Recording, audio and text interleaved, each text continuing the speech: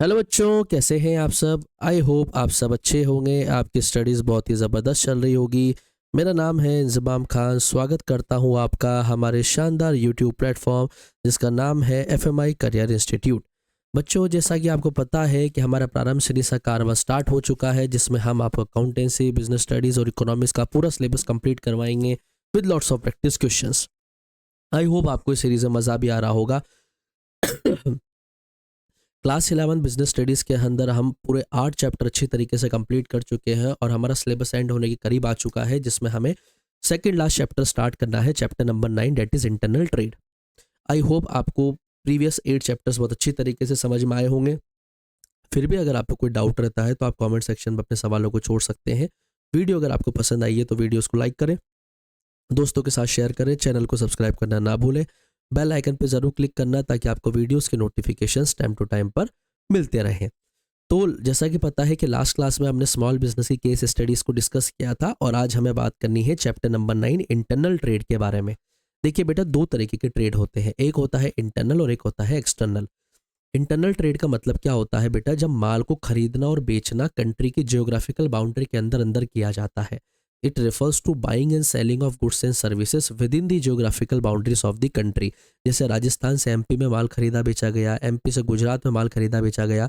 तो ये जो स्टेट्स हैं ये सारे के सारे इंडिया के अंदर, ये इंडिया के एक particular geographical boundary 3.28 million square kilometre के अंदर ही आते हैं। तो जब कंट्री के इंटरनल पार्ट में ही ट्रेडिंग चल रही है, जैसे महाराष्ट्र से यूपी जाना, यूपी से कश्मीर जाना, कश्मीर से हरियाणा आना, हरियाणा से पंजाब माल खरीदना बेचना, तो जब buying and selling of goods and services country की जियोग्राफिकल बाउंड्रीज के अंदर अंदर होता है, कंट्री की जियोग्राफिकल लिमिट्स के अंदर अंदर होता है, उस कॉन्सेप्ट को हम क्या कहते हैं बच्चों? इंटरनल ट्रेड कहते हैं, आंतरिक व्यापार कहते हैं। व्यापार का मतलब होता है buying and selling of goods and services.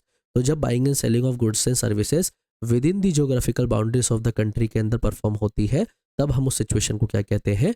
Internal trade कहते हैं। आई होप आपको ये बात समझ में आई होगी। क्लियर बच्चों? आगे देखिए, दो तरीके के इंटरनल ट्रेड होते हैं, एक होता है होलसेल ट्रेड और एक होता है रिटेल ट्रेड। देखिए बेटा, जब फैक्ट्री में प्रोडक्शन होता है तो फैक्ट्री से जो माल जाता है वो सबसे पहले होलसेलर के पास जाता है। होलसेलर क्या करता है बेटा? माल और सेवाओं को बल्क क्वांटिटी में परचेस करता है और उसे फिर टुकड़ों में रीसेल करता है वो रिटेलर्स को। होलसेलर कौन? होलसेलर्स वो जो बल्क क्वांटिटी में गुड्स एंड सर्विसेज को परचेस करता है। गेटिंग माय पॉइंट बेटा? ये बर्ड्स गुड्स एंड सर्विसेज को बल्क क्वांटिटी में परचेस करता है, इसका मैन्युफैक्चरर से डायरेक्ट कॉन्टैक्ट रहता है और रिटेलर से भी डायरेक्ट कॉन्टैक्ट रहता है। होलसेल ट्रेड का मतलब वो होता है जो buying and selling of goods and services large quantities में चलती है, बल्क में चलती है। गेटिंग माय पॉइंट बेटा? होलसेलर के मैन्युफैक्चरर और रिटेलर के साथ कॉन्टैक्ट हमेशा अच्छे रहते हैं। होलसेलर्स वो क्या क्या सर्विसेज है जो मैन्युफैक्चरर्स को प्रोवाइड करवाता है बेटा? देखिए, पहली बात तो वो लार्ज स्केल प्रोडक्शन के लिए उनको मोटिवेट करता है। ठीक है, होलसेलर्स को पता होता है कि मार्केट में कैसा नीड है, टेस्ट है, डिमांड की, तो वो मैन्युफैक्चरर्स को एक्सपर्ट एडवाइस भी देता है। Getting my point? उसने बल्क क्वांटिटी में माल भरा है और अगर जनता ने उस माल को पसंद नहीं किया तो रिस्क उठाने के लिए भी वो तैयार रहता है। Getting my point? लगातार कंटिन्यूटी उसके बिजनेस में रहती है, स्टोरेज फैसिलिटी रहती है क्योंकि बल्क क्वांटिटी में मार्केट को माल को परचेस करता है और डिफरेंट डिफरेंट तरीके से मार्केटिंग फंक्शंस को भी वो क्या करता है बच्चे? परफॉर्म करता है। क्लियर?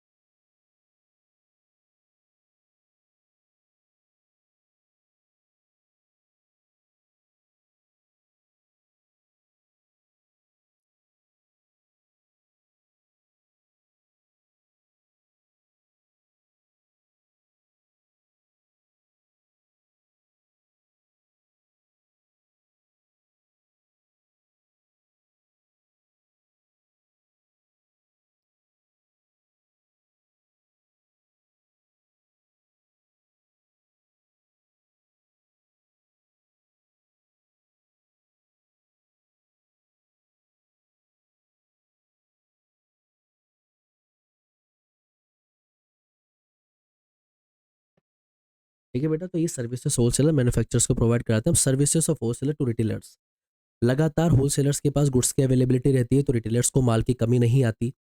होलसेलर जो है रिटेलर्स को माल उधार में भी दे देते हैं।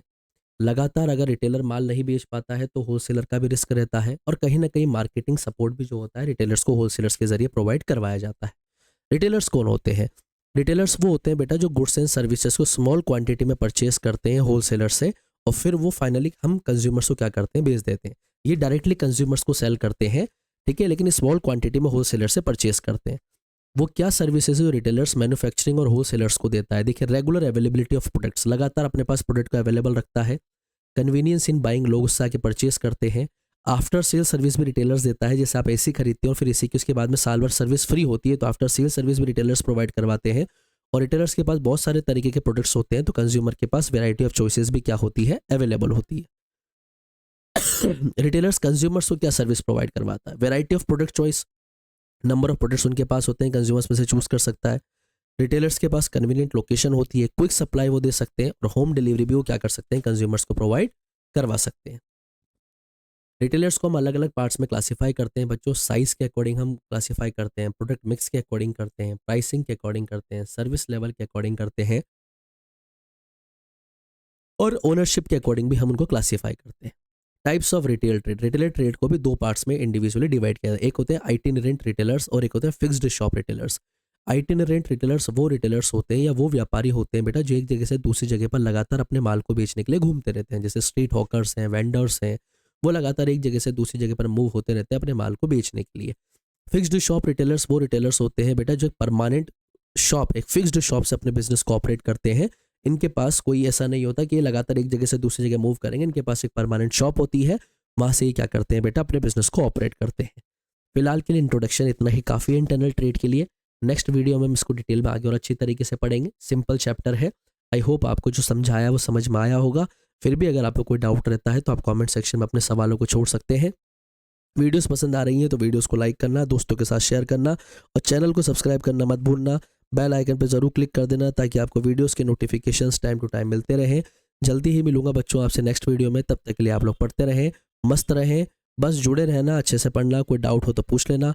जल्दी ही मिलूंगा आपसे नेक्स्ट वीडियो में, तब तक के लिए आप लोग पढ़ते रहें, मस्त रहें। Thank you, bye bye.